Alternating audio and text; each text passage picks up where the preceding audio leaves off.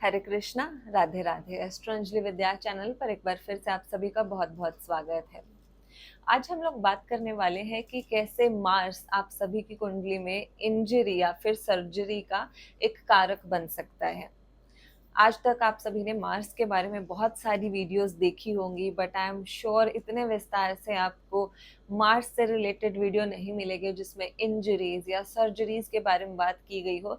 कैसे आपकी कुंडली में मंगल की पोजीशन को देख के बताया जा सकता है कि आपको किस बॉडी पार्ट में इंजरी हो सकती है, या फिर क्या आपको कभी इंजरी या सर्जरी का सामना करना पड़ेगा, या आपके किसी रिलेटिव को हो सकती है, या फिर ऐसा कोई योग है ही नहीं। इनफैक्ट मार्स आपको बहुत ही ज्यादा पराक्रमी और साहसी बना रहा है। तो ये सारी चीजें आपकी कुंडली के मार्स की पोजीशन से देखने को मिलती है। अब देखिए, मार्स ही क्यों, शनि भी हो सकता था, राहु केतु ये भी तो सर्जरी दे सकते थे। लेकिन मंगल एक ऐसा प्लैनेट है जो कि एकदम हार्ड कोर मेलेफिक है। शनि तो मैं कहूंगी ये बहुत ही स्लो रिजल्ट्स देते हैं, तो इस वजह से ये मंगल से तो थोड़ा कम मेलेफिक ही मैं शनि को मानती हूँ। मंगल एक हार्डकोर मेलेफिक है जो कि इंस्टेंट और सडन रिजल्ट्स देते हैं, आपको रिएक्ट करने का मौका तक नहीं मिलता है।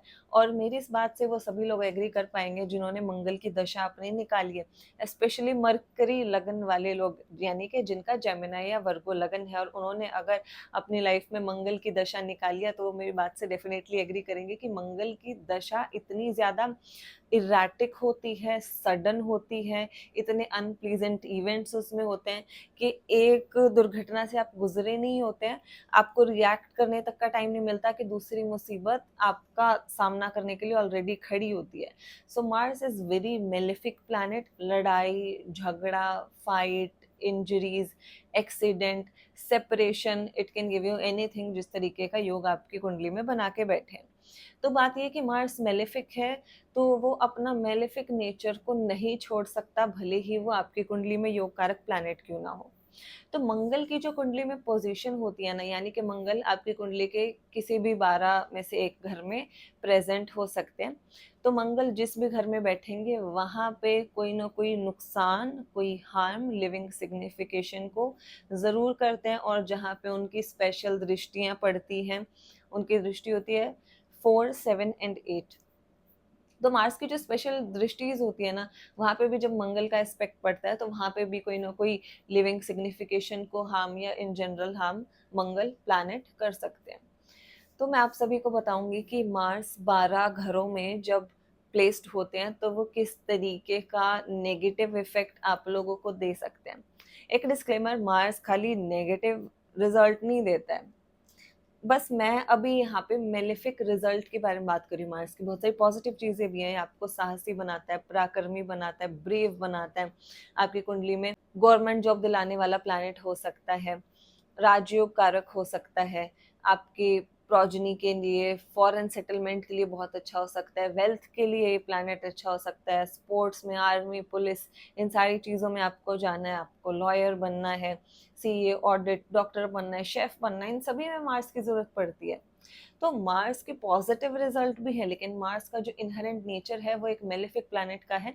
तो जहाँ पे भी मार्स बैठेंगे, जो भी प्रॉमिस पॉजिटिव है वो अपने पॉजिटिव रिजल्ट भी देंगे, लेकिन जो उनका कैरेक्टर है एक नेगेटिव मेलेफिक प्लैनेट का है तो कुछ ना कुछ मेलेफिक इन्फ्लुएंस हमेशा रहता ही है, भले ही योग कारक हो।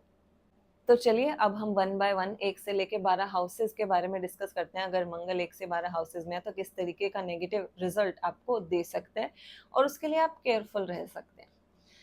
चलिए बात करते हैं, अगर मंगल आपकी कुंडली के फर्स्ट हाउस में बैठे हो तो फर्स्ट हाउस होता है सेल्फ का, आपकी पूरी बॉडी का, फिजिकल बॉडी का होता है, आपके हेड का होता है। तो जिसमें इंसान के पहले घर में मंगल होता है, पहली बात तो बहुत ज़्यादा साहसी और पराक्रमी होता है, इनिशिएटिव लेने वाला होता है, रिस्क टेकर होता है। तो ऐसे इंसान के फेस पे कोई कट का कोई मार्क हो सकता है, कोई सर्जरी का निशान हो सकता है, ऐसे इंसान की हेड से रिलेटेड कोई इंजरी हो सकती है, या फिर ऐसे इंसान को कॉन्स्टेंट हेड एक्स या माइग्रेन वगैरह रह सकता है। और ये इंसान जो होता है जनरली काफ़ी ज़्यादा एक्सीडेंट और सर्जरी प्रोन भी होता है। अब देखिए, पॉजिटिव रिजल्ट भी होते हैं, वो तो कभी किसी और वीडियो में डिस्कस करेंगे। आज का जो एजेंडा है उसी से स्टिक करते हैं। अब देखिए, जहाँ जहाँ दृष्टि पड़ती है वहां से भी कुछ नेगेटिव आपको मंगल करके देते हैं। जैसे यहाँ से चौथे भाव पे दृष्टि पड़ेगी तो मदर पे कुछ इफेक्ट हो सकता है, या फिर आप अपनी मदरलैंड से दूर रहने वाले हो सकते हैं। अष्टम भाव पे रिजल्ट पड़ रहा है, इफेक्ट पड़ रहा है, तो आपकी लाइफ में सडन इवेंट्स, एक्सीडेंट्स वगैरह हो सकते हैं। चलिए अब बात करते हैं मंगल अगर आपकी कुंडली के सेकंड हाउस में है तो। सेकंड हाउस आपकी वाणी का होता है, कुटुंब का होता है, पैसे का होता है। पैसे के लिए काफी अच्छी पोजीशन होती है ये मंगल की। मैं साथ साथ कुछ पॉजिटिव भी बता रही हूँ ताकि आप लोग नेगेटिव से ओवरवेल्म ना हो जाए। Good for money. अब देखिए, सेकंड हाउस में मंगल आपकी स्पीच को खराब कर देंगे। आप काफी एग्रेसिव टॉकर हो सकते हैं। आप बोलने से पहले ज्यादा सोचते नहीं है कि दूसरे इंसान के मन पे, दिल पे इसका क्या प्रभाव पड़ेगा। आपकी स्पीच को खराब करेगा। सेकेंडली, आपके टीथ सेकेंड हाउस से हम देखते हैं और भी मेलेफिक इन्फ्लुएंस है, तो दांतों की कोई दिक्कत आपको मंगल यहाँ पे दे सकता है। बाहर की तरफ हो सकता है, अंदर की तरफ गैप हो सकता है। थर्डली, आपकी आई साइट खराब हो सकती है due to Mangal in second house. Mangal second house में अगेन आपको आपके कुटुंब से, परिवार से दूर कर सकता है। और मंगल सेकंड हाउस में बैठकर नेचुरली आपको घर का एनवायरनमेंट जो प्रोवाइड करता है वो भी एक मंगल वाला ही एनवायरनमेंट होता है।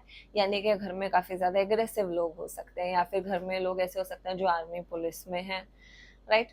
अब बात करते हैं मंगल अगर आपकी कुंडली के थर्ड हाउस में। तो ये तो आप सभी ने सुना होगा कि मंगल थर्ड हाउस में, इवन सिक्स्थ हाउस में, 11th में, 10th में अच्छा रिजल्ट देते हैं उपाच्य हाउसेस में। तो क्या होता है कि थर्ड हाउस में मंगल जो है ये आपको बहुत साहसी, पराक्रमी बनाता है। आप अपने दुश्मनों पे विजय प्राप्त करते हैं, लेकिन उसके लिए आपका लगन भी एनालाइज करना पड़ेगा। अगर लगन बली है तो डेफिनेटली आप अपने एनिमीज पे विजय प्राप्त करोगे। आपके एनिमीज आपके सामने टिक नहीं पाएंगे। आप स्किलफुल हो सकते हैं, स्पोर्ट्स में हो सकते हैं। लेकिन बुरा क्या है, ये आपके सिबलिंग के लिए अच्छा नहीं है। स्पेशली अगर आपका कोई छोटा भाई है तो ये पोजीशन उनके लिए अच्छी नहीं है।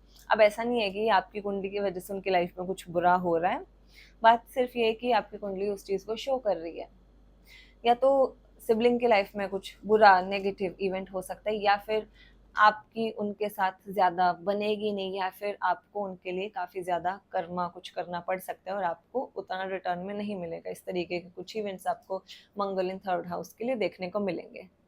अब बात करते हैं मंगल अगर आपकी कुंडली के चौथे भाव में हो तो। चौथा भाव होता है सुख का, माँ का, मदरलैंड का। तो मंगल यहाँ पे बैठकर एक तो आपके अंदर काफी ज्यादा हेस्टीनेस लेके आता है, बहुत जल्दबाजी में रहते हैं आप, शॉर्ट टेम्पर्ड हो सकते हैं। सुख का भाव होता है तो मंगल यहाँ पे बैठकर सुख में कमी करेगा। अब देखिए, अगर आपका नेचर, आपका स्वभाव ही ऐसा है कि आप बहुत ज्यादा जल्दबाजी में रहते हैं, आपके अंदर एक स्टेडीनेस नहीं है, तो नेचुरल सी बात है कि आपको किसी चीज से सुख नहीं मिल सकता। आप बहुत इजीली एक चीज से दूसरी चीज पे जंप करते रहते हैं, तो ये आपके सुख में कमी करेगा मंगल फोर्थ हाउस में। आपकी मदर का नेचर एग्रेसिव हो सकता है। आपके घर का एनवायरनमेंट ऐसा हो सकता है, मंगल चौथे भाव में बैठकर आपको घर से दूर कर सकता है, माता से भी दूर कर सकता है। अब बात करते हैं मंगल आपके पंचम भाव में हो तो। अच्छा, यहाँ पे जो मंगल की पोजीशन होती है, ऐसे इंसान काफी ज्यादा लॉजिकल होता है, प्रैक्टिकल होता है। लेकिन मंगल यहाँ पे आपके जो रोमांटिक रिलेशंस होते हैं वहाँ प्रॉब्लम क्रिएट कर सकता है। एक टॉक्सिक या वायलेंट तरीके का रिलेशन हो सकता है अगर मंगल हाईली एफ्लिक्टेड है तो। अब मंगल पंचम भाव में बैठ के प्रोजेनी में प्रॉब्लम कर सकता है, लाइक अबॉर्शन या सी सेक्शन, मतलब चाइल्ड बर्थ में कोई ना कोई कॉम्प्लिकेशन मंगल फिफ्थ हाउस में देता है। अब बात करते हैं मंगल आपके छठे भाव में है तो।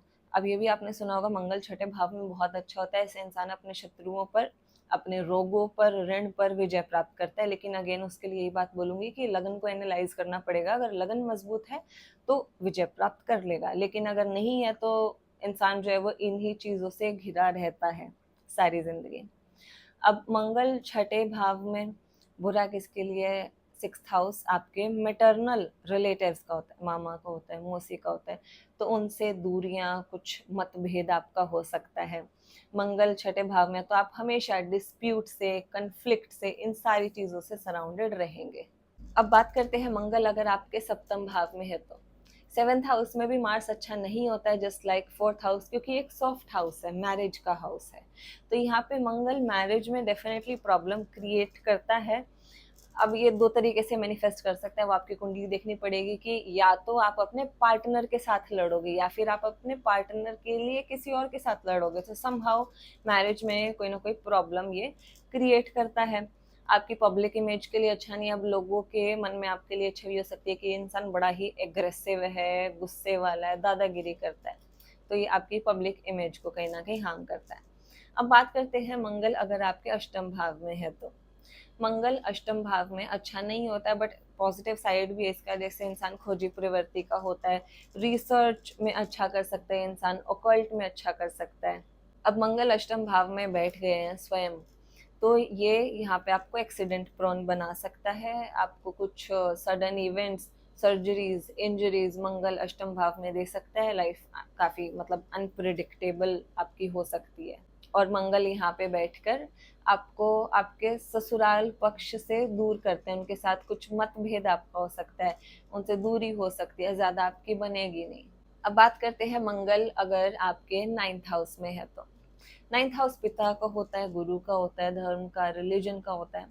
तो मंगल यहाँ पे बैठकर पिता से दूरी क्रिएट कर सकते हैं, और ये दूरी का मतलब ना हमेशा नेगेटिव नहीं होता है। जैसे यहाँ क्या हो सकता है कि फादर आर्मी में है, घर से दूर रहते हैं, तो नेचुरली एक दूरी क्रिएट हो गई, कभी कभी आपको विजिट करने आते हैं, तो इस तरीके से भी आप पॉजिटिव भी उसका मीनिंग ले सकते हैं। लेकिन दूरी क्रिएट करता है तो वही है कि पिता की केयर और नर्चर उतनी नहीं मिल पाती है, be it for a positive reason और नेगेटिव रीजन।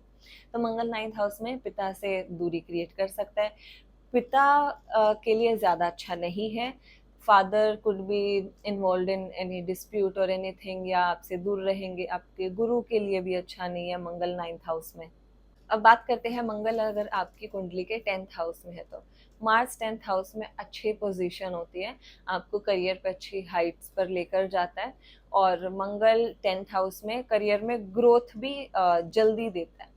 मंगल 10th हाउस वाले इंसान भी काफी ज्यादा जल्दबाजी में रहता है, उसको ऐसे लोग बिल्कुल पसंद नहीं आते जो उसके आसपास बिल्कुल धीरे धीरे काम कर रहे होते हैं। लेकिन नेगेटिव ये है कि मंगल यहाँ पे आपको वर्क एनवायरनमेंट एक ऐसा दे सकता है जो कि बहुत चैलेंजिंग होता है, बट पॉजिटिव साइड इज कि आपका अगर ऐसी पोजीशन है तो आपको एक चैलेंजिंग वर्क एनवायरनमेंट ही पसंद आएगा। बट अगर ज़्यादा ही एफ्लिक्टेड है, मेलेफिक इन्फ्लुएंस में है, तो मार्स 10th हाउस में आपके करियर में, प्रोफेशन में प्रॉब्लम क्रिएट कर सकता है। मान लीजिए कि आपकी जॉब जो है वो बार बार चेंज हो रही है, आपकी जॉब स्टेबल नहीं है, तो ऐसा भी देखने को मिल सकता है। अब बात करते हैं मंगल यदि आपके 11th हाउस में है तो। ये अगेन एक काफ़ी अच्छी पोजीशन होती है, ये एक धनयोग बन जाता है, क्योंकि यहाँ पे मार्स 11th में बैठ के सेकंड पे दृष्टि डालते हैं। लेकिन ऐसे इंसान हमेशा डिस्प्यूट से सराउंडेड रह सकता है, हो सकता है लॉयर हो, उसके लिए भी अच्छी पोजीशन है मार्स 11th हाउस। लेकिन नेगेटिव साइड मोस्टली ये है कि आपको रोगी बना देता है, आपको कोई ना कोई छोटे मोटे हेल्थ इश्यूज लगे रहते हैं। अब बात करते हैं मंगल यदि आपके 12th हाउस में है तो। 12th हाउस फॉरेन का होता है, लॉसेस का, एक्सपेंसेस का, डोनेशंस का होता है।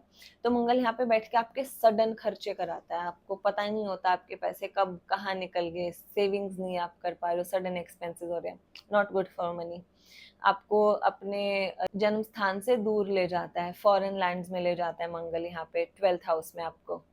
और मंगल लॉस के हाउस में बैठ गया, Mars is your sibling, your younger brother, तो यंगर ब्रदर की वजह से कुछ लॉसेस आपको झेलने पड़ सकते हैं। मान लीजिए कि हो सकता है कि यंगर ब्रदर ही फॉरेन में हो, आपने उनको स्पॉन्सर किया हो, बाहर भेजा हो, इस उम्मीद में कि कल ये भी मुझे सपोर्ट करेगा, लेकिन वो सपोर्ट आपको मिलेगा नहीं, तो एक तरीके से सिबलिंग की वजह से लॉस हो गया।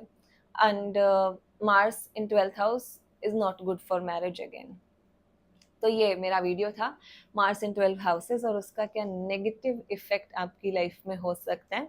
आशा करती हूँ आपको वीडियो पसंद आई, और अगर आपने वीडियो से रिलेट किया तो प्लीज़ कमेंट करके मुझे ज़रूर बताइए। मिलती हूँ अगली वीडियो में, तब तक खुश रहिए, अपने परिवार का ख्याल रखिए। हरे कृष्णा, राधे राधे।